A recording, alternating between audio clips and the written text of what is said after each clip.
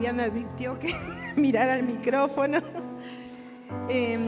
Estamos alabando al Señor y las canciones y las palabras que han salido de nuestro corazón tienen que ver con lo que el Señor nos quiere decir. Entonces vamos a orar porque no sé si a ustedes les ha pasado, pero muchas veces salimos de nuestra casa a la mañana, nos levantamos y ocurren cosas, percances, ¿no?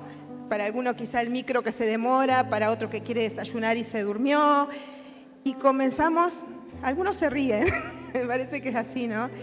Y quizás llegamos y no estamos preparados, ¿no? Nuestro corazón no ha sido el corazón que el Señor quiere que tengamos. Quizás nos hemos enojado, yo no sé, estoy diciendo cosas que me han pasado a mí, ¿no? Que quizás les pueden pasar a ustedes.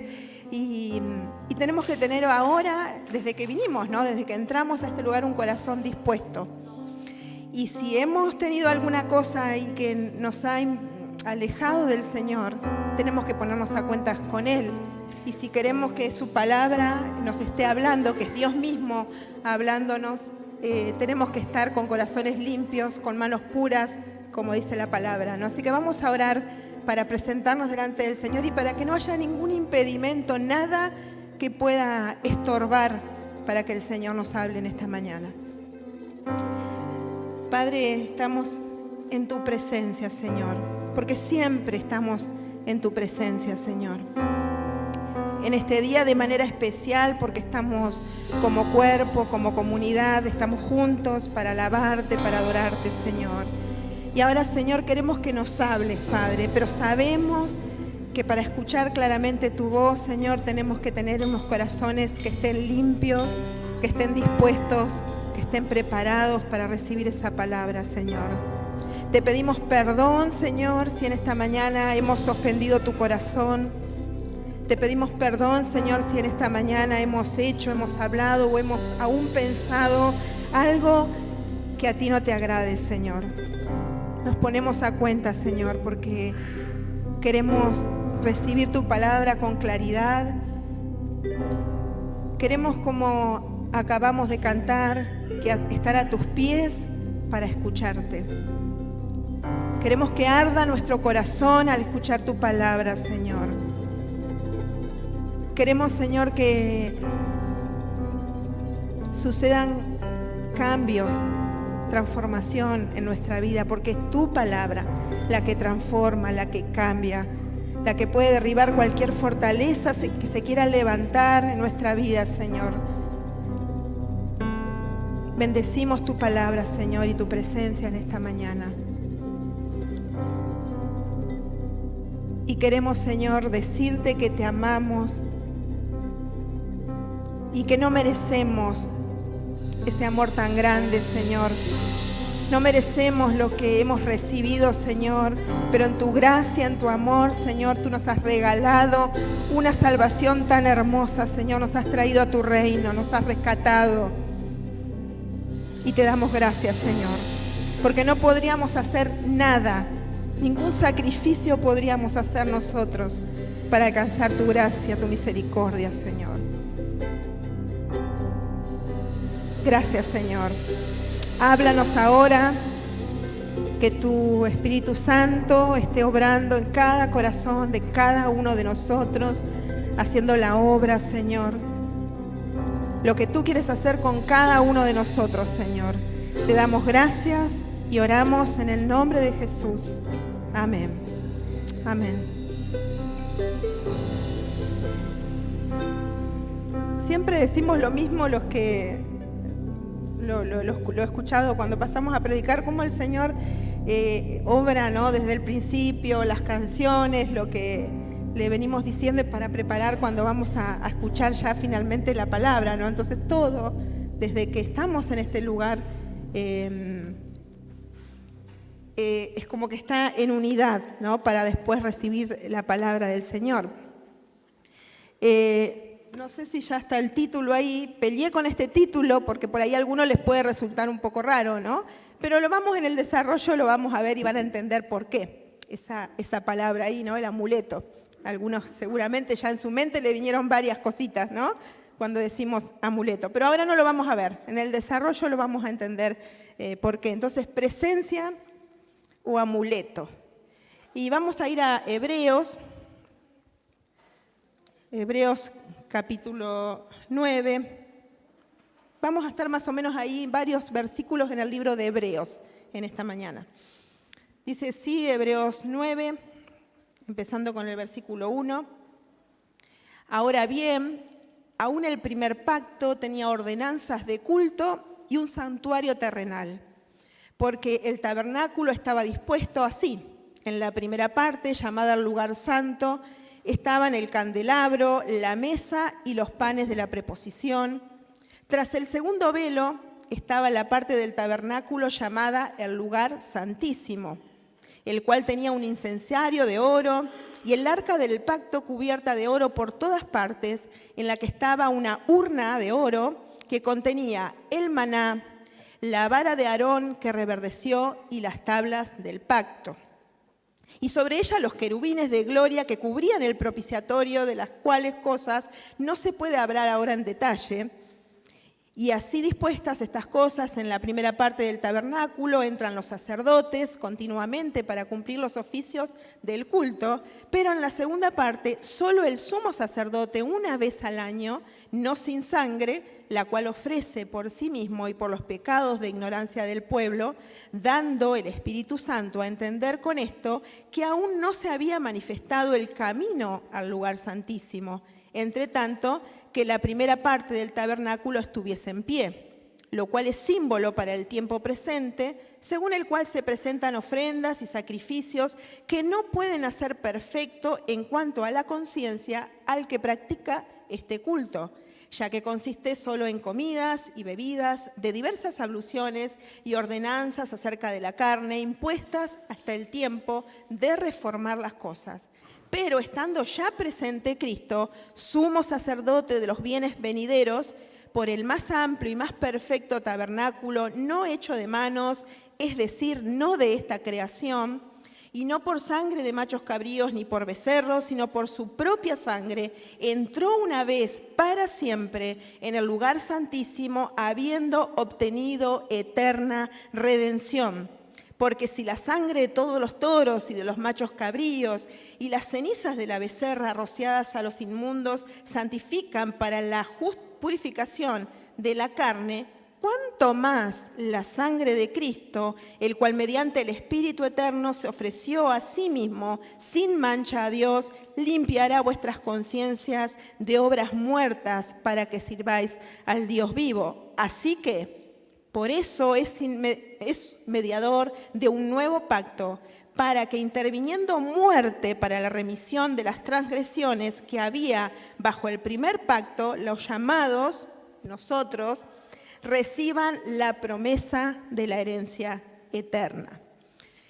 Es mucho lo que hay acá en Hebreos. El libro de Hebreos, si no lo han leído en profundidad, les animo a que lo hagan, porque el libro de Hebreos, si podemos comprenderlo y entenderlo cabalmente, seguramente no, porque es muy profundo, es como un puente entre el Antiguo Testamento y el Nuevo Testamento.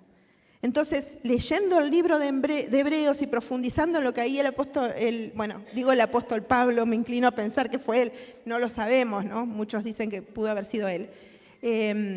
Pero habla de cómo estamos nosotros hoy y qué tiene que ver todo lo que pasó en el Antiguo Testamento. Entonces, es importante, hermanos, que lo lean, que profundicen para poder entender todo lo que tenemos en el Nuevo Testamento, porque lo vamos a encontrar ahí en el libro de Hebreos.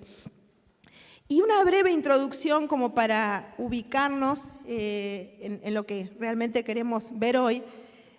Y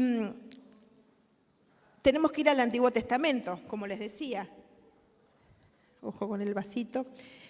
Y si vamos nosotros al Antiguo Testamento, vemos, acá en el versículo 1 dice que el primer pacto tenía ordenanzas de culto y un santuario terrenal.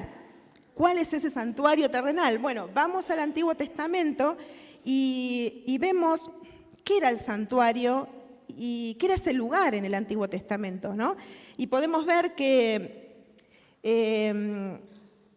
había un culto y había toda una celebración, una ceremonia y una serie de cosas que se tenían que hacer ¿no? Para que el pueblo pudiera acceder a la presencia de Dios. Era así, ¿no? Entonces, ¿qué era lo que había? Bueno, el santuario, lo que llamamos en el Antiguo Testamento el tabernáculo, ¿no? ¿Qué era el tabernáculo en el Antiguo Testamento? Dios le había dado instrucciones muy específicas a Moisés. ¿Recuerdan? Ustedes van a Éxodo y ahí van a encontrar todo, cómo tenía que ser cada cosa, cada detalle. Bueno, todo estaba muy armado por el Señor, por Dios, y Dios le transmite a Moisés y le dice cómo tenía que hacer ese tabernáculo, que iba a ser el lugar donde ellos iban a poder estar y recibir la palabra de Dios y estar la presencia de Dios en ese lugar.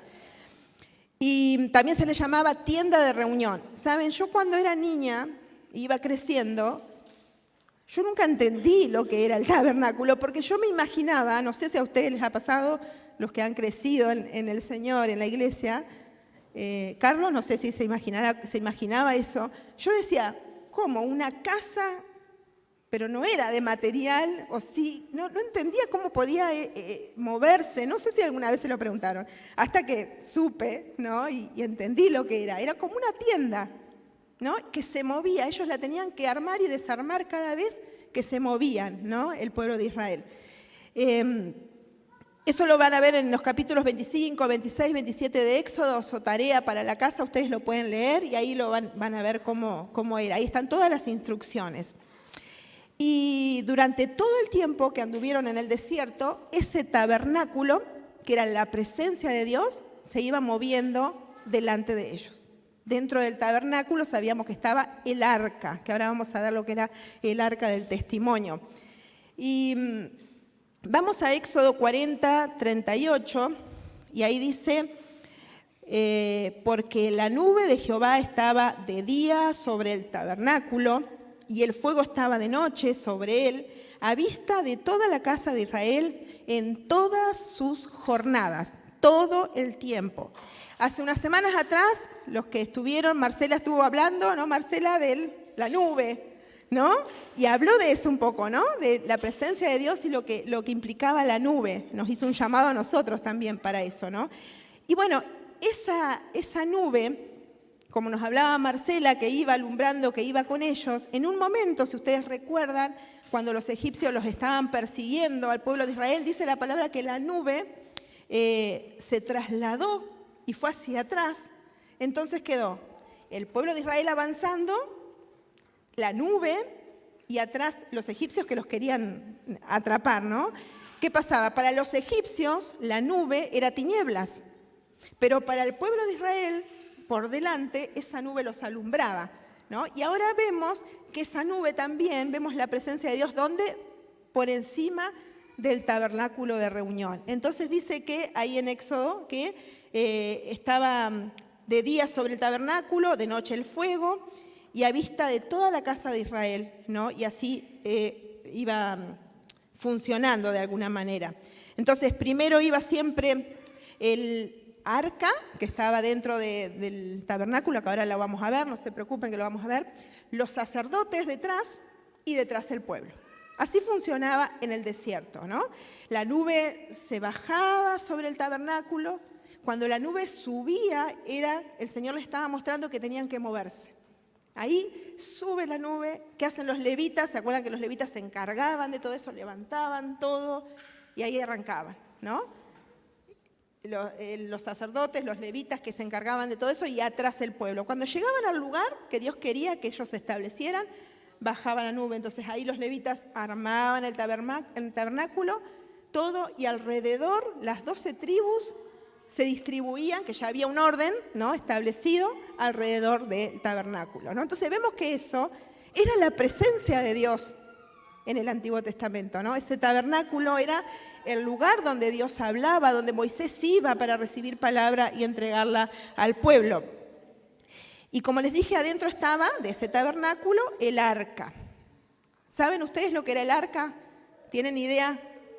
El arca del testimonio, acá lo vemos en el versículo 4, dice, 3 digamos, el cual tenía un incensario de oro y el arca del pacto cubierta de oro, en la que estaba una urna de oro que contenía el maná, la vara de Aarón y las tablas de la ley.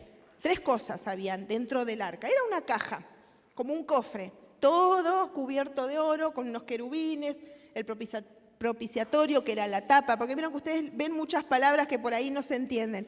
Y ahí estaban esas 3 cosas, esos 3 elementos dentro del arca. Y era tan importante el arca y el tabernáculo por la presencia de Dios, que incluso, por ejemplo, cuando ellos cruzan, ¿se acuerdan cuando van a atacar Jericó y tienen que ir y tienen que derribar los muros? No sé si alguno recuerda, ¿cuáles fueron las instrucciones? ¿Qué era lo que tenía que ir delante? ¿Se acuerdan? El arca. Iban los sacerdotes, ¿no? Iba primero una parte del ejército, los sacerdotes, marchando con el arca, atrás otra parte del ejército y así rondando toda la ciudad de Jericó para obtener la victoria, ¿no? Así que la importancia que tenía el arca. Y así va pasando, ¿no?, los años del desierto, del peregrinaje del pueblo de Israel, cuando llegan a la tierra prometida, bajo el liderazgo de Josué. Sabemos que Josué fue el que llega con ellos, ¿no? Ya vimos, Marcela nos dijo la semana pasada que Moisés no pudo, ¿no? Él llegó, lo vio de lejos, pero no pudo entrar a la tierra prometida. Y ahí se estableció en una ciudad que se llama Silo, que la van a encontrar en algunos pasajes de la Biblia, que era donde ahí ya esta tienda móvil, digamos, ¿no?, que se movía, se establece. Y ahí estaba la presencia de Dios, y ahí se hacían todos los sacrificios, y ahí venían todos para adorar. Y se convirtió entonces Silo en ese centro religioso del pueblo de Israel, donde todos iban a adorar cada año. Entonces, durante la época, todo el periodo de los jueces, hasta que llega la monarquía, ¿no?, es el rey Saúl, después David, hasta ahí, que pasaron muchísimos años, más de 300 años, ese lugar estuvo establecido, ¿no? Y ahí, de todos lados, de todas las tribus, venían cada año a adorar a Silo, donde estaba el tabernáculo. Y para los que saben un poquito de Antiguo Testamento, ¿recuerdan Samuel, el niño Samuel? Bueno, los padres de Samuel, dice la palabra, que venían todos los años, ¿a dónde? A Silo. ¿A qué? A adorar, a ofrecer sacrificios. Y ahí pasa todo lo que ya sabemos, con Ana, con Samuel, ¿no?, que nace Samuel. Entonces vemos cómo ese era un lugar, un centro religioso del pueblo, y ahí donde venían a buscar la presencia de Dios y a ofrecer los sacrificios que ellos tenían que ofrecer. Y en Hebreos 9 ahí claramente se ve esto de 2 partes que había en ese tabernáculo. El lugar santo y más adelante, separado por una gruesa cortina, el lugar santísimo, ¿no? El lugar santo, ahí podían entrar los sacerdotes, ahí se hacían todo lo que tenía que ver con el culto religioso a Dios, con la adoración, pero el otro lugar santísimo, ahí nadie podía entrar, solo el sumo sacerdote una vez al año, nada más podía entrar a ese lugar. Y ahí era donde estaba el arca. Dicen que, más o menos estuve investigando y vieron el velo, esa cortina que separaba los 2 lugares, dice que tenía más o menos, dicen algunos historiadores, unos 10 centímetros de espesor, así que era más ancha, ¿no? Y unos 20 metros de altura. Gisela hace así, ¿no? Porque uno piensa una cortina, yo también no lo sabía, bueno, una cortina gruesa, ¿qué puede ser de gruesa para nosotros? No sé, 3 milímetros o algo así, una cortina muy gruesa. No, era muy gruesa y muy pesada. Y dicen que aún si 2 caballos pudieran tirar de cada lado, no la podrían rasgar. También dicen los historiadores que más o menos 70 hombres se necesitaban para levantar, arrollar esa cortina. Así que imagínense, yo pensaba, los levitas trabajaban mucho, porque cada vez que ellos tenían que moverse, tenían que hacer todo eso. Desarmar todo, y moverse, después ir y armar todo. No sé si se lo imaginaban así. Trabajaban mucho los levitas, ¿no? Y esos eran los 2 lugares. Y es importante esto, por eso les decía pequeña introducción, para poder entender lo que pasa ahora en el Nuevo Testamento y de lo cual Hebreos, el autor de los Hebreos, nos está hablando. Porque no podemos entender la realidad presente si no entendemos esta realidad pasada, si no sabemos cómo era que funcionaba la presencia de Dios y cómo se hacía presente en el pueblo de Israel. Y en los versículos 11 y 12 del mismo hebreo que estamos leyendo, seguimos en el 9, dice, pero, después de todo esto que dice, pero, estando ya presente Cristo, sumo sacerdote de los bienes venideros, por el más amplio y más perfecto tabernáculo, ¿no? Está hablando de otro más amplio y más perfecto tabernáculo, no hecho de manos, o sea, no el que había hecho Moisés, no hecho de manos, es decir, no de esta creación, no por creación humana, y no por sangre, como dice ahí el 12, y después dice, entró una vez para siempre en el lugar santísimo, habiendo obtenido eterna redención. Ahí está el punto de unión y donde ese tabernáculo terrenal pasa a ser un tabernáculo ahora espiritual, celestial, ¿no? Ya ese tabernáculo no rige más y ahora tenemos un tabernáculo celestial. Lo mismo que dice Hebreos 4:14, dice, por tanto, teniendo un gran sumo sacerdote que traspasó los cielos, Jesús, el Hijo de Dios, retengamos nuestra profesión. El sumo sacerdote, aquel que entraba una vez al año, hoy ¿quién es? Jesucristo, que entró una vez para siempre, ¿no? ¿Y para qué? Para darnos eterna redención. Entonces, yo hoy siempre hago puntos, ¿no? Los que me conocen, punto 1, 2 y 3 y los cerramos. Van a ser conceptos o frases que sería bueno que ustedes las anoten o las tengan ahí para después seguir profundizando, ¿no?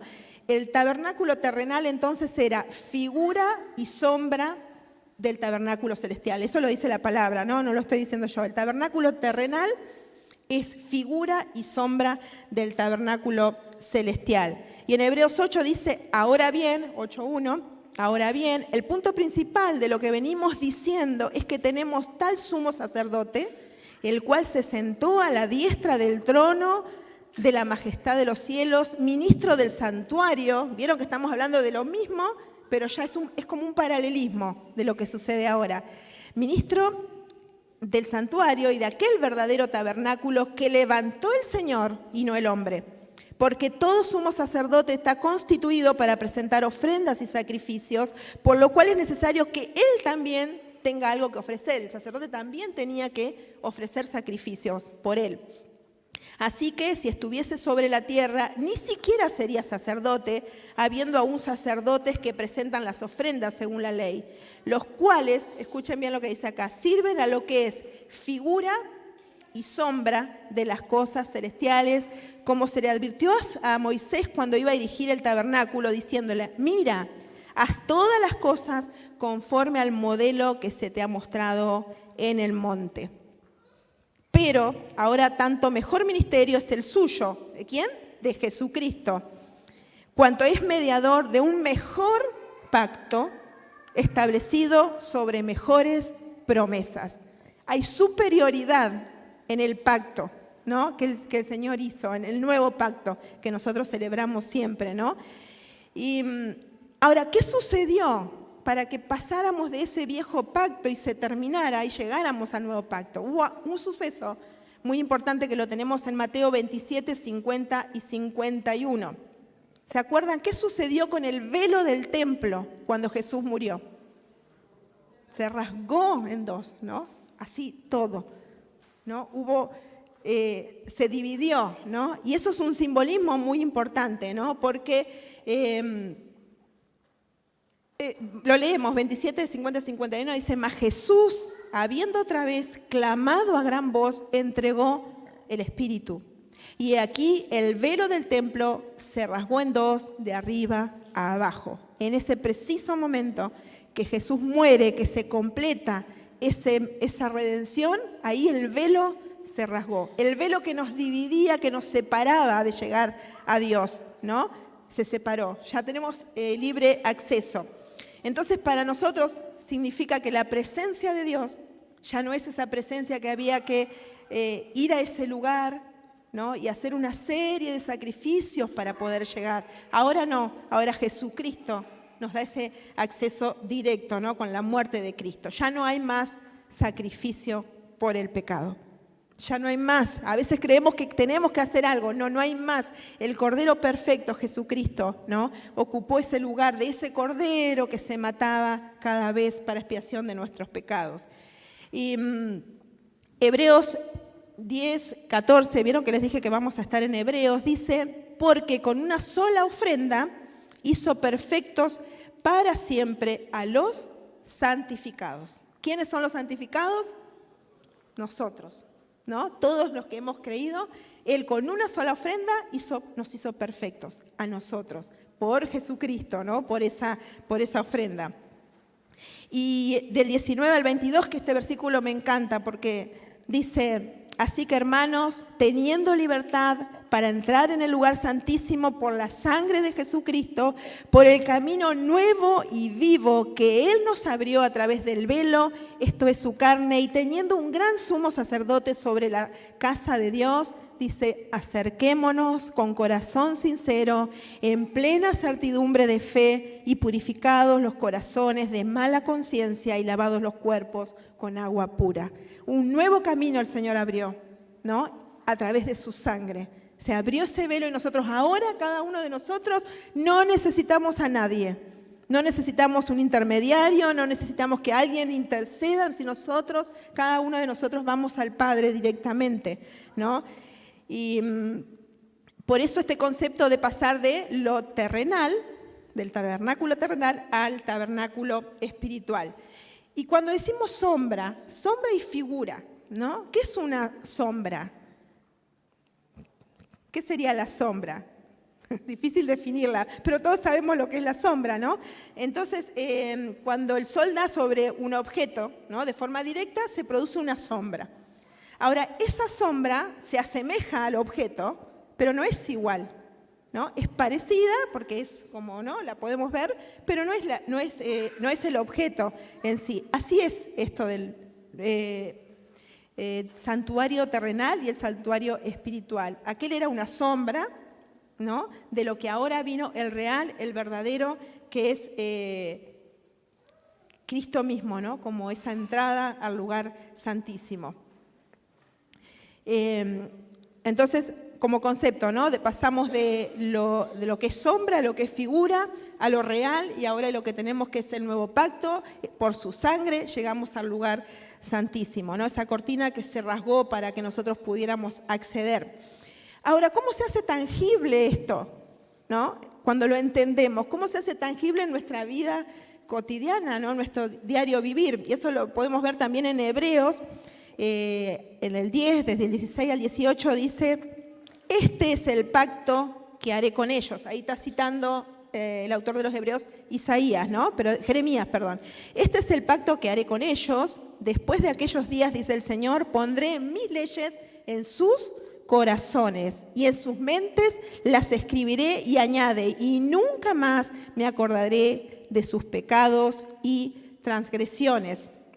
O sea que en este nuevo pacto, ¿dónde van a estar esas leyes que estaban en la piedra, ahí en el arca, ¿no? Por eso ellos tenían que ir, representaba la ley, las piedras. Ahora dice que esas leyes van a estar en nuestros corazones y en nuestras mentes, escritas, ¿no? Y ahí es donde lo podemos y empieza a ser tangible lo que sucede, ¿no? Nos va a dar, dice Ezequiel 36, 26, 27, os daré corazón nuevo y pondré espíritu nuevo dentro de vosotros y quitaré de vuestra carne el corazón de piedra y os daré un corazón de carne y pondré dentro de vosotros mi espíritu y haré que andéis en mis estatutos y guardéis mis preceptos y los pongáis por obra. Ahí es donde lo podemos hacer tangible, porque el Señor nos está diciendo, ustedes van a poder ahora, porque van a tener mis preceptos, mi ley en sus corazones y en sus mentes, ¿no? ¿Y quién hace esta obra? No dice por el Espíritu, ¿no? El Espíritu Santo hace esa obra. Si nosotros lo quisiéramos hacer, no podríamos, ¿no? Obedecer todos los mandamientos del Señor, el Espíritu Santo. ¿Y qué dice la palabra? Lo dijo Tato cuando estábamos cantando, que el Espíritu Santo mora y que nosotros somos, ¿qué? Templo del Espíritu Santo, ¿no? El Espíritu Santo está en cada uno de nosotros. Entonces, cada día cuando nosotros hablamos, pensamos, ¿no? El Espíritu Santo está ahí. Cuando yo tengo buenos pensamientos, el Espíritu Santo está ahí. Cuando yo tengo malos pensamientos, el Espíritu Santo está ahí. Cuando cualquier cosa que hagamos, el Espíritu Santo está. Entonces, la presencia de Dios, siempre se habla, ¿no? Venimos ante su presencia, entramos a su presencia. No está mal decirlo, pero la presencia de Dios en realidad está en cada uno de nosotros. Entonces, cuando todos nosotros llegamos acá, a este lugar, ¿qué es lo que llega? La presencia del Señor en cada uno de ustedes, en mí, en ustedes, ¿no? Cuando llegamos a la casa del Señor. Y a veces decimos, bueno, wow, hoy se sintió la presencia, ¿no? Y salimos de la reunión emocionados porque decimos, realmente la presencia se sintió. Ahora, sí, el Señor está en este lugar, ¿no? Es un lugar apartado para Él, es santo, para que su presencia se manifieste, pero la presencia debe estar en mí. Porque a lo mejor puede ser que yo me vaya, llegue y me vaya y me emocioné y diga que la presencia de Dios estuvo, pero después el lunes, el martes, el miércoles, ¿no? O quizá ni el lunes, el domingo a la tarde, cuando llegamos a nuestra casa, ¿no? Y ocurren cosas, vamos a decirlo así, ¿no? Y a veces la presencia de Dios fue venir acá. Por eso lo que Dios ponía en mi corazón era pensar y tomar con seriedad lo que es la presencia de Dios en nuestras vidas. No es venir acá, esto es parte, porque venimos a adorar juntos. Pero si en la semana el Señor no ha obrado en nuestros corazones, si no lo hemos buscado, si no hemos orado, si no hemos leído la Biblia, no vamos a recibir un milagro. Automáticamente la presencia de Dios nos va a inundar porque nuestro corazón está lejos del Señor. ¿Entienden? Y tenemos que pensar con seriedad esto. No es poca cosa, diría lo más importante, la presencia del Señor, ¿no? Y yo recuerdo, pensaba, me venía a la mente cuando preparaba esto. ¿Se acuerdan ustedes cuando eran niños? Hace mucho. Bueno, ¿qué pasaba cuando la maestra, la señorita, como dicen acá, se iba? Y por ahí, ahora no tanto porque ahora siempre dejan a alguien, pero antes la señorita se iba a hablar dice, quédense quietitos que voy a hablar con la directora. ¿Y qué pasaba? Volaban cosas, ¿no? ¿O no? Las tizas, los papelitos que hacíamos, otros hacíamos con la gomita, y éramos expertos en era irse la maestra y bueno, venía la maestra, todos quietos. En el secundario peor no, porque ya somos más grandes y hacemos cosas más elaboradas, ¿no? Cuando nos dejan solos. Y yo creo que a veces, y yo pensaba eso, hacemos así con el Señor. Creemos que estar acá juntos es la presencia del Señor, pero después hacemos cosas como si el Señor no estuviera. A mí me hizo pensar mucho porque me hizo tomar conciencia de lo que hacemos todos los días, todos nuestros pensamientos, todos los días cuando me enojo, cuando no, las cosas no me salen bien, cuando viene la prueba, cuando viene la dificultad. ¿Cómo reaccionamos nosotros? ¿Como si estuviera Cristo mismo? ¿O como si dejamos el Espíritu Santo, la presencia ahí en un costadito y ahí actuamos nosotros, ¿no? Pensémoslo, porque acá podemos venir y podemos alabar y honrar a Dios, y por supuesto que lo hacemos de corazón, pero muchas veces eso se convierte en religiosidad, ¿no? Eso lo hemos dicho muchas veces, ¿no? Y la presencia de Dios ya lo sabemos que produce en nosotros, ¿no? Lo dice Gálatas, gozo, bueno, lo tengo anotado porque me olvido el orden, amor, gozo, paz, paciencia, benignidad, bondad, mansedumbre, templanza, dominio propio, en otra versión dice la traducción, me gusta más, dominio propio. Después Filipenses, Pablo nos dice, en todo lo bueno, en esto pensad, todo lo bueno, todo lo honesto, todo lo puro. Eso es, ¿no? Todos los días. Porque acá capaz, hoy domingo, no tenemos mucha posibilidad de practicar todo esto. ¿O no? Porque estamos bien, el pastor una vez decía, uno pregunta, ¿cómo estás? Bien, ¿no? Y por dentro quizá no estamos bien. Y por ahí nos abrazamos, y no tenemos oportunidad para la intolerancia. no tenemos oportunidad para enojarnos muchas veces, o a veces sí, pero por lo general hay como una atmósfera, ¿no? Que nosotros decimos, bueno, estamos en la presencia de Dios. Pero cuando estoy en mi casa, no. Yo me acordaba en este tiempo que tuve recuperándome de la cirugía, es difícil porque yo soy no me quedo quieta, no me puedo quedar sentada. Y el Señor me hizo quedar sentada y mirar cómo limpiaban de una manera que a mí no me gustaba. ¿Las mujeres me entienden o no? Me toman el pelo en casa por el famoso... y yo miraba y el Señor me enseñó que tenía que tener paciencia y se lo estaban haciendo por ayudarme a mí. Hasta Fabián tuvo que aprender a hacer el flequillo. Yo venía planchadita porque él... No fue fácil y no me quedaba bien a veces y yo no le decía nada, ¿no?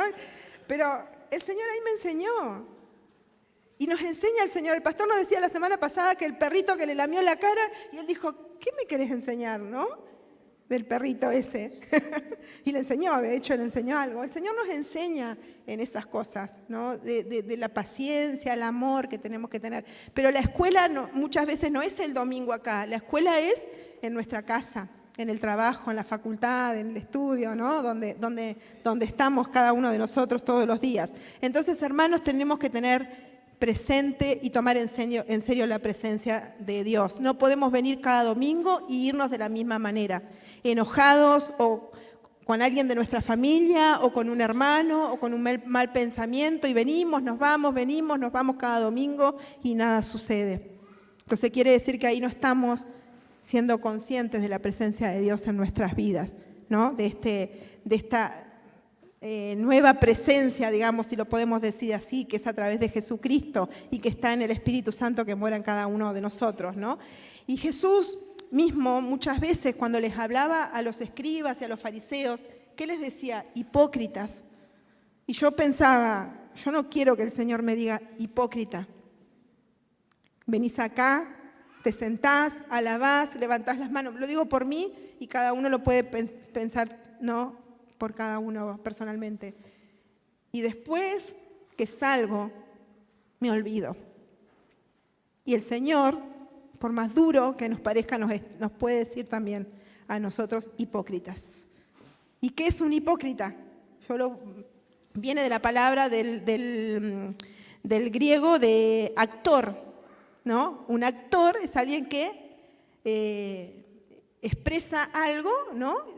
Sentimientos o acciones que en realidad no siente, o sea, trata de ponerse en el papel, pero él está actuando, está haciendo algo que no es su esencia, ¿no? Porque si le toca hacer de asesino, no es su esencia, ¿no? Pero bueno, lo hace, es como algo falso de alguna manera, ¿no? Entonces, de ahí viene esa palabra, y el Señor fue duro con las personas que tenían esa actitud hipócrita, ¿no? Entonces pensemos nosotros también, si podemos tener en algún momento esa actitud hipócrita de ser algo que no somos o aparentar algo que no somos, porque acá nos podemos engañar, pero al Señor no lo podemos engañar, y el Señor mira nuestros corazones, y ahí es donde se puede ver, ¿no? Y hay algo que lo vemos ¿vieron cuando hablamos de estas actitudes, de este resultado del Espíritu Santo en nuestras vidas, de las obras que nosotros hacemos para el Señor, que se manifiestan de un corazón que le ama, que le busca? Bueno, son obras que hacemos, ¿no? Loli nos habló también hace un par de semanas de las obras, ¿no? Loli, ¿te acordás del mensaje? Las obras, ¿no? ¿Cómo eran esas obras y cómo tenían que ser? Entonces, como a mí me gusta agregarle un poquito más y me acordé de lo que dijo Loli, le agrego algo más a eso. Dice 1 Corintios 3, del 12 al 13, dice, y sobre este fundamento, que es Jesucristo, sabemos, ¿no? Alguno edificare oro, plata, piedras preciosas, madera, heno, hojarasca, la obra de cada uno se hará manifiesta, porque el día, ese se refiere al día del juicio, la declarará, pues por el fuego será revelada, y la obra de cada uno, la de ustedes y la mía, cual sea, será probada. Entonces, las obras que nosotros hacemos para el Señor van a ser probadas. Sabemos, y eso sería para otro estudio profundo de la palabra, que hay un juicio que vamos a pasar todos y nosotros no vamos a escapar de ese juicio. ¿Y para qué va a ser ese juicio? ¿Para ver si somos salvos o no? No, porque ya tenemos la salvación. Para ver qué pasó con nuestras obras. Y esas obras van a estar delante de nuestro Señor. Y dice que algunas se van a quemar. Hay 3 y 3, ¿vieron? Oro, plata, piedras preciosas. Esas obras van a pasar por el fuego y van a sobrevivir, digamos, a la prueba. Pero el heno, la madera, el heno y la hojarasca dice que van a ser destruidas. Y entonces decimos, ¿cómo? Si yo lo hice para el Señor, si yo me levantaba temprano para ir a hacer esa obra porque era para el Señor, ¿y cómo puede ser destruida? Porque el fundamento es el mismo, dice Pablo, ¿no? Un solo fundamento, Jesucristo, y ahí arriba todas las obras, pero van a ser destruidas. ¿Qué quiere decir? Que la motivación por la cual yo hice esa obra no era la correcta.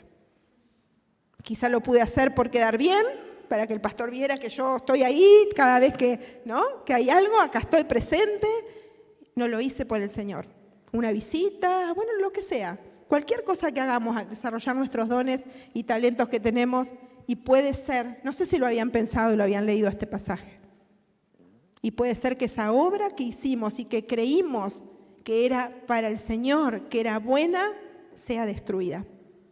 No va a ser para salvación. La palabra dice que va a ser para galardón, va a ser para recompensa, que no sabemos mucho porque la Biblia no es muy clara respecto a cómo va a ser, ¿no? Pero puede ser. Entonces, ¿por qué esto tan importante? Miremos nuestra motivación cuando servimos al Señor. No sirve de nada que yo venga o que haga o que me convoquen y yo esté siempre presente si yo lo que hago no es con un corazón sincero y que agrada al Señor. Si lo estoy haciendo porque lo hago siempre, o porque me lo piden, o porque no hay nadie, entonces yo lo hago. Busquemos tener ese corazón sincero, porque si no, no hay forma de que podamos servirle al Señor. Lo vamos a hacer seguramente, pero la motivación no va a ser correcta y esa obra, dice la palabra, no lo digo yo, que va a ser destruida. Va a pasar por el fuego y va a quedar en nada. Solamente va a quedar lo que es oro, plata y piedras preciosas, ¿no? Porque son las obras motivadas con un buen corazón. Loli lo desarrolló bastante a eso, así que no vamos a entrar en eso. El fundamento es el mismo, ¿no? Jesucristo. Y tenemos que pensar y pensar bien. Y que esta semana podamos entenderlo y lo sigamos viendo y lo sigamos reflexionando para entender lo que es la presencia de Dios. Y vamos a ver un episodio que ocurrió con el pueblo de Israel. Vamos a 1 Samuel, búsquenlo ahí, márquenlo y después lo leen detenidamente. 1 Samuel 4, del 1 al 10, ahí pasa algo con el pueblo de Israel. Si nos ponemos en escena, el pueblo de Israel tenía que luchar contra los filisteos. Ellos van y luchan, 1 y 2, dice que ellos, Samuel habló a todo el pueblo, dice, por aquel tiempo salió Israel a encontrar en batalla a quién, a los filisteos, y acampó junto a Ebenezer, y los filisteos acamparon en Afec. Y los filisteos dieron batalla, dice, presentaron batalla a Israel, y trabándose en el combate, Israel fue vencido. Así que ahí Israel pierde esa batalla con los filisteos. Y perdieron 4.000 hombres, dice la palabra. Después, dice, cuando volvió el pueblo al campamento, los ancianos de Israel dijeron, ¿por qué nos ha herido hoy Jehová delante de los filisteos? Ellos se preguntaban, ¿por qué perdimos esta batalla? Entonces dicen, tienen una genial idea, ¿no? Traigamos a nosotros de Silo, ¿se acuerdan lo que vimos? Donde estaba el tabernáculo. Traigamos de Silo el arca del pacto de Jehová para que viniendo entre nosotros nos salve de la mano de nuestros enemigos. Ellos dijeron, vayamos, traigamos el arca del pacto, que es la presencia de Dios, así nosotros ahora podemos ir y luchar contra los filisteos y ganar. Bueno, traen el arca del pacto y dice que Envió el pueblo a Silo, trajeron de allí el arca del pacto de Jehová de los ejércitos que moraba entre los querubines. Bueno, pasamos al 5. Aconteció que cuando el arca del pacto de Jehová llegó al campamento, todo Israel gritó con tan gran júbilo que la tierra tembló. Fue algo impresionante lo que sucedió ahí cuando llega el arca del pacto. ¿Por qué? Porque era la presencia de Dios. No se olviden, en el antiguo pacto, ¿no? La presencia de Dios había llegado al campamento y ellos estaban alborotados, contentos, alegres. Y diríamos hoy un culto lleno de la presencia de Dios, ¿no? Algo así, con mucho alboroto, mucha alegría, ¿no? Levantarían las manos, gritarían, no sé, yo me imagino todo lo que ellos hicieron en ese momento. Y los filisteos se enteran, les llega todo este alboroto que pasaba. ¿Y qué pasa con los filisteos? Dice, tuvieron miedo. Y decían, ha venido Dios al campamento. Miren, los filisteos decían esto. Ha venido Dios al campamento y dijeron, ay de nosotros, pues antes de ahora no fue así. ¿Qué querían decir ellos? Antes de ahora no estaba el arca, no estaba la presencia de Dios. Ahora, ¿quién nos irá a salvar? Decían estos filisteos, ¿no? Dice, ay de nosotros, ¿quién nos librará de la mano de estos dioses poderosos? ¿Por qué? Porque sabían lo que había pasado con Israel. Estos son los dioses que hirieron a Egipto. Miren, sabían la historia del pueblo de Israel, que hirieron a Egipto con toda plaga en el desierto. Entonces le dicen, esforzaos filisteos, sed hombres, para que no sirváis a los hebreos como ellos han servido a vosotros, sed hombres, pelead. O sea, se dieron ánimo, ¿no? Vamos, nosotros podemos, pero estaban aterrorizados porque el arca había llegado. Entonces, si nosotros leemos hasta acá, decimos, bueno, la victoria es segura. Tenían la presencia de Dios en el arca, simbolizando el arca, y tenían al enemigo escondido, aterrorizado. Quien va hacia una pelea, ¿qué pensamos? Que va a ganar seguramente, ¿no? Es una batalla segura. Pero ¿qué pasó? Dice, pelearon pues los filisteos e Israel fue vencido. Y huyeron cada cual a sus tiendas, y fue hecha muy grande mortandad, pues cayeron de Israel 30.000 hombres. ¿Cuántos habían muerto en la anterior, se acuerdan? 4.000. Y ahora caen 30.000. ¿Cómo? Con la presencia de Dios, con el arca. Y cayeron 30.000, volvieron a perder la batalla. Entonces, si lo pensamos un poquito, ¿no? ¿Por qué? ¿Qué fue lo que les pasó? Tomaron el arca de Dios como un amuleto. Ahí llegamos al título del mensaje. Un amuleto. ¿Conocen los amuletos? ¿Algunos han tenido en su vieja vida amuletos? ¿Sí o no?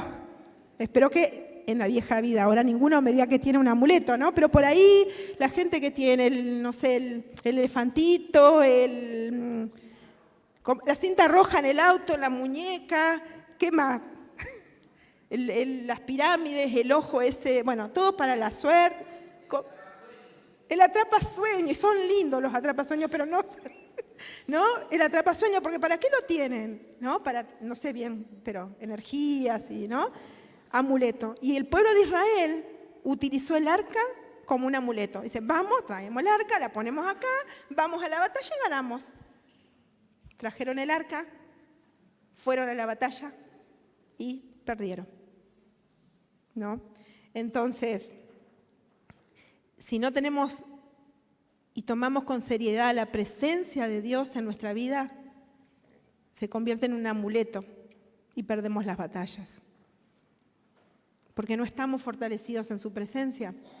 No nos alcanza con venir y recibir la palabra cada domingo y con eso ya como para todos los días. Lo divido y bueno, un poquito para cada uno y llego arrastrándome el otro domingo a recibir más palabra. No. Siempre lo decimos en los cursos, los que están conmigo saben y repetimos. Todos los días leer la palabra de Dios, orar. Aunque al principio nos cueste más tiempo, más trabajo, orar, leer, buscar la presencia del Señor. Y ahí vamos a ganar las batallas que todos los días tenemos que enfrentar. Si no, nos va a pasar lo mismo que el pueblo de Israel. Un amuleto, y era el arca de Dios, ¿no? Pero lo convirtieron en un amuleto.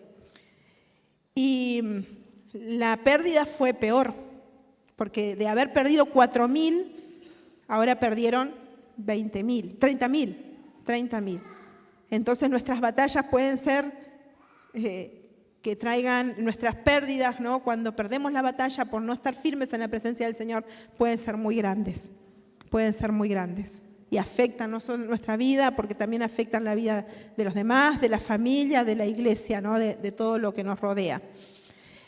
Y entonces, otra frase que para que la recuerden, que si descuidamos la presencia de Dios en nuestras vidas, vamos a perder batallas. Acordémonos de esto y estemos pensando en esta semana, en las batallas que nosotros tenemos a diario y cómo logramos, cómo estamos venciendo, ¿no? O quizá no estamos teniendo las victorias porque no está la presencia de una manera total en nuestras vidas. ¿Y qué es cuando esa presencia de Dios se convierte en un amuleto? Eso es religiosidad. Si lo queremos traer, no usar la palabra amuleto, decimos es religiosidad.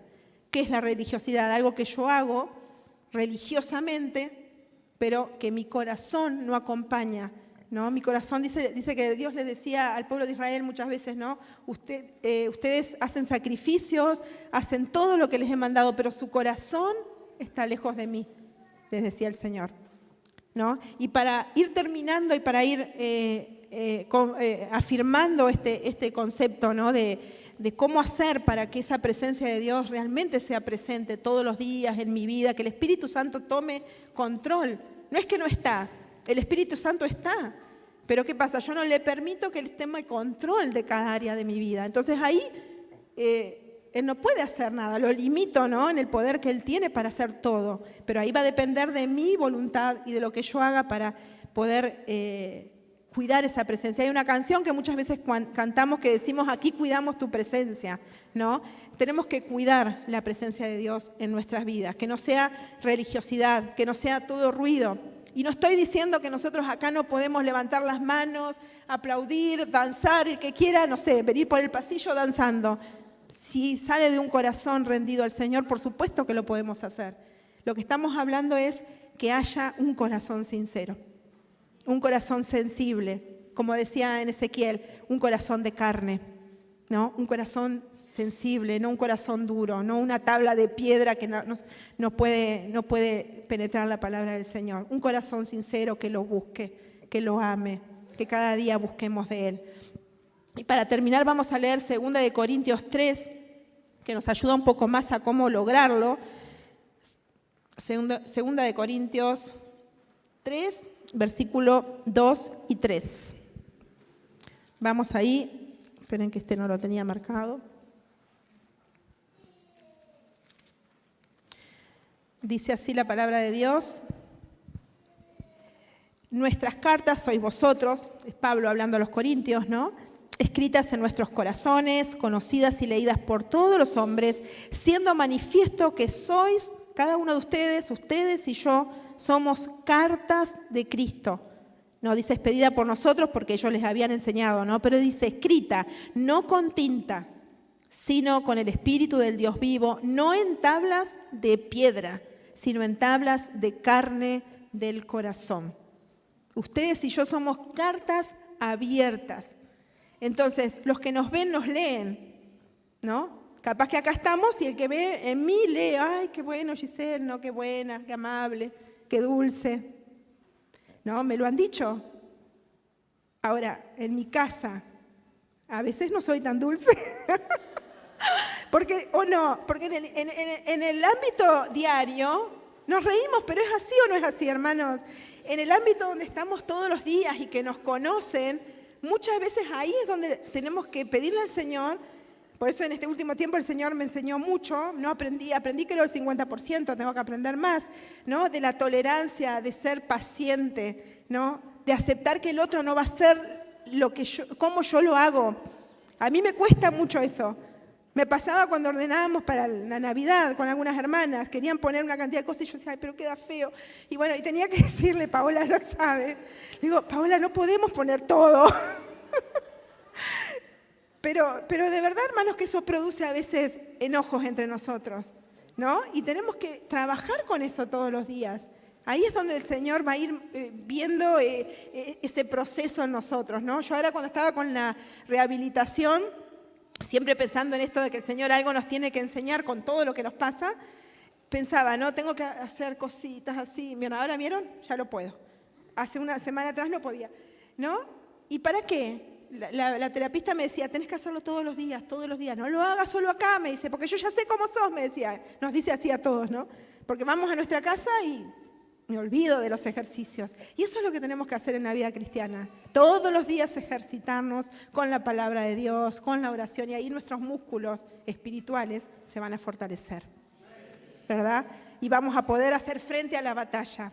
Y ya la presencia de Dios no va a ser un amuleto, no va a ser algo que lo sacamos, lo usamos y lo desechamos. No, va a ser algo que esté todos los días en nuestra vida y así poder avanzar en nuestra vida cristiana. No podemos detenernos siempre en el mismo lugar. Dice ahí en el mismo capítulo de Corintios que estamos, el versículo 18, no sé si se lo di a Giselle. Dice, por tanto, nosotros todos, ustedes, yo, todos nosotros, dice, mirando a cara descubierta como en un espejo la gloria del Señor, eso lo podemos hacer solamente ahora en el nuevo pacto, ¿no? Somos transformados de gloria en la misma imagen como por el Espíritu del Señor. Somos transformados. ¿Qué era la palabra transformados? A ver, alguno que sepa algo. ¿Se acuerdan esa palabra? ¿Cómo? Metamorfosis. ¿Se acuerdan? Metamorfosis. ¿Qué quiere decir? Esa transformación, ese cambio que se va dando, ¿no? Paso a paso, hasta llegar a ser, si tenemos el ejemplo de la mariposa, como esa mariposa, a la misma imagen de Cristo. Todos los días siendo transformados, todos los días. Si nosotros nos estancamos, esa transformación nos quedamos, no sé, en una oruguita, no sé, los pasos yo no me acuerdo, los estudiamos cuando íbamos a la primaria, ¿no? Podemos quedarnos como una oruga, ¿no? Que no se termina de desarrollar. Y no queremos eso, ¿no? Yo no quiero quedarme en el proceso, yo quiero seguir avanzando en ese proceso. Entonces, no olvidemos, hermanos, la presencia de Dios, que no sea un amuleto, que la presencia de Dios nos acompañe no solamente acá, sino cada día en nuestras vidas, que sea real, que sea sincera, como dice el Señor. Y también transformación es cambio de forma, ¿no? Cambia la forma, eso quiere decir. Y no nos gusta muchas veces cambiar la forma, porque a veces decimos, yo soy así, es mi carácter y no quiero cambiar, ¿no? Y queremos seguir en esa forma equivocada. Y el Señor quiere transformarnos, quiere como romper de alguna manera esa forma que nosotros tenemos para, que dice acá, transformados de gloria en gloria en la misma imagen. En el módulo 2 estamos dando eso, los que han hecho, hablamos de eso, ¿no? La imagen de Cristo, el ser transformados y tener el carácter de Cristo en nuestras vidas. Ahora, ¿qué vamos a hacer? Ahora, cuando salgamos de acá, cada uno de nosotros, ¿qué vamos a hacer con la palabra que recibimos? Porque es la palabra de Dios, ¿no? Y que la palabra del Señor la podamos masticar. ¿Vieron? Creo que la vaca es la que mastica y mastica y tiene como 4 estómagos, ¿no? ¿Y qué hace? Lo mastica. Bueno, eso es lo que tenemos que hacer. Masticar, darle vuelta a esta palabra que el Señor nos ha dado, profundizarla, ampliarla, agregarle. Los hermanos que quizá he escuchado que en la célula pueden hablar de esto, pensar más, ¿no? De cómo el Señor nos está advirtiendo, ¿no? De que es posible de que descuidemos su presencia. Y es posible que nos pase como le pasó al pueblo de Israel. Y creo que ninguno de nosotros quiere perder batallas, ¿no? ¿Quién quiere perder una batalla? Y sé que todos estamos pasando. En este mismo momento, cada uno de nosotros está pasando por batallas en esta vida. Algunas más grandes, otras más chicas, más cotidianas, otras que realmente parten nuestro corazón, ¿no? Y decimos, ¿cómo lo enfrentamos? ¿Qué hacemos, Señor, no? Hoy una hermana me decía, hay tantas luchas, me abrazaba y me decía, pues algunos saben, ¿no? Que estos días falleció una hermana, una amiga muy querida, joven, de nuestra edad, joven, tenemos 30 más, pero Y uno le dice al Señor, ay Señor, ¿por qué estas batallas tenemos que luchar, ¿no? ¿Por qué las tenemos? Y el Señor ahí nos recuerda, ¿no? Pero mi presencia está contigo. Y eso el Señor este último tiempo nos ha recordado mucho, mucho. Mi presencia está. No importa. Leo compartía un pasaje ahí, aunque pasen todas cosas que decimos, calamidades, tristezas que agobian nuestra vida, ¿no? Entonces tenemos que enfocarnos en la presencia de Dios. Enfocarnos en la presencia de Dios y día a día. Hoy cuando nos vamos de acá, ahí salimos, ¿no? Y vamos a nuestra casa, que se vea mi esposo, mi esposa, mis hijos. Algunos estamos todos acá, otros no, nuestra familia no. Y que vean en nosotros, como decía Pablo, esas cartas que se puedan leer, ¿no? Que a veces ni siquiera tenemos que hablar, porque ya nuestra vida refleja la presencia de Dios. Vamos a orar, nos ponemos de pie para orar al Señor, para pedirle que Él esté transformando, moldeando nuestro carácter, ¿no? Y esté haciendo ese trabajo, ¿no? A través de su palabra. Si quieren, no sé, Male o pueden pasar. Y tomemos este tiempo para hacer un compromiso con el Señor, ¿no? De decir, bueno, Señor, quiero que esta palabra yo la pueda poner en práctica. Hemos estudiado que debemos ser oidores de la palabra, pero también hacedores de la palabra, ¿no? Ahora la escuchamos, la hemos escuchado, pero ahora la tenemos que poner en práctica. Vamos a orar.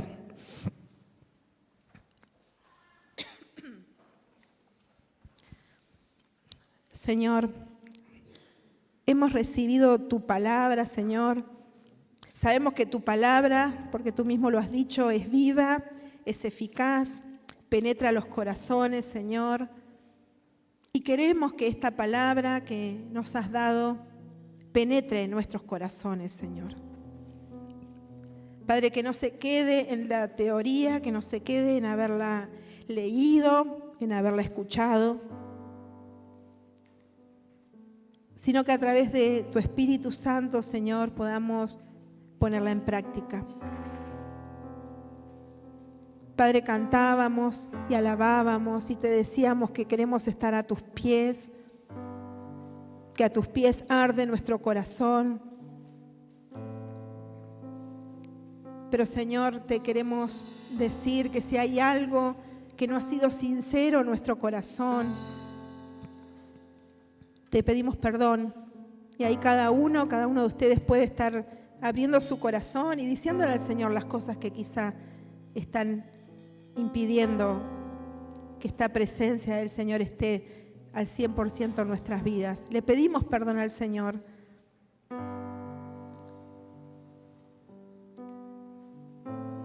Queremos, Señor, que esa presencia se manifieste cada día en nuestras vidas. Perdónanos, Señor, si hemos venido muchas veces y nos hemos ido a nuestra casa y no hemos puesto por obra lo que hemos escuchado. Te pedimos que nos ayudes, Señor. Espíritu Santo, que obres en cada uno de nosotros, en nuestros corazones, para que nos ayudes, para que ese fruto del Espíritu se vea en nosotros cada día.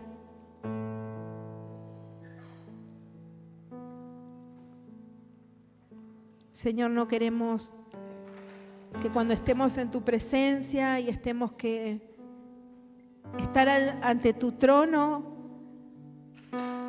y que nuestras obras sean desechadas, Señor.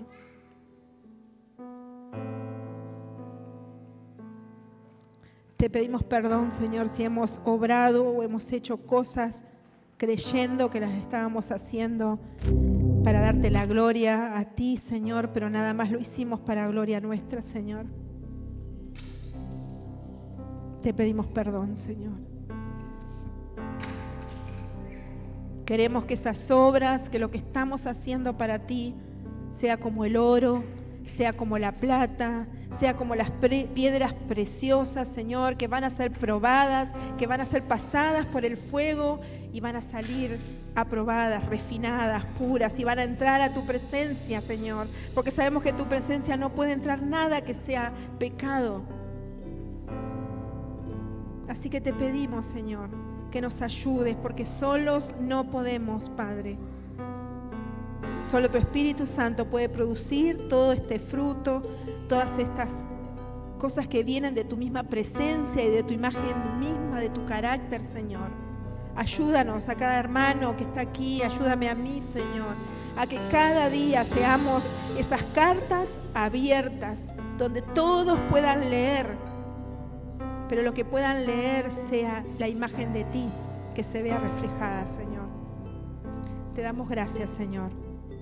Te damos gracias por tu palabra. Te damos gracias por ese amor, Señor, porque en esta tarea que tenemos de ir perfeccionándonos, no estamos solos, Señor, porque tu Espíritu Santo es el que nos acompaña, es el que nos ayuda, es el que nos socorre, Señor. Gracias, Señor. Gracias porque nos levantas cada vez que caemos. Gracias, Señor, porque en cada dificultad que tenemos que enfrentar, Señor, tu presencia va con cada uno de nosotros, Señor. Te damos gracias, Señor, y te pedimos que en esta semana podamos ganar todas las batallas que tengamos que enfrentar. Todas, cada una de las que tengamos que enfrentar cada día. Te pido por mis hermanos que los fortalezcas, que aumentes nuestra fe, Señor. Aumenta nuestra fe, Señor. Gracias, Señor. Te alabamos, Señor.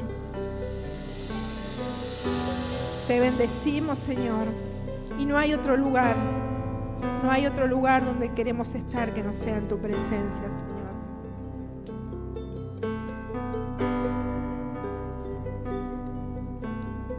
Gracias, Señor. Gracias, Padre. No hay palabras para agradecer todo lo que has hecho, haces y vas a hacer en nuestras vidas, Señor. Nos comprometemos, Señor, con tu palabra y nos comprometemos contigo, Señor, para que esto sea una realidad en cada una de nuestras vidas. Y te damos toda la gloria, toda la honra, Señor, porque tú eres el único, Señor. Y como vimos, abriste ese camino nuevo para llegar directamente a la presencia del Padre. Gracias, Señor. Gracias por la sangre de Cristo que nos ha salvado. Padre, gracias porque ya no necesitamos hacer nada para llegar a ese trono de gracia, a la presencia misma del Padre. Gracias porque tu palabra lo dice, Señor, y porque tu palabra lo dice, nosotros lo creemos, Señor. Gracias, Señor, y toda la gloria, toda la honra, Señor, todo el honor es para ti y oramos en el nombre precioso de Jesús. Amén, Señor. Amén. Amén.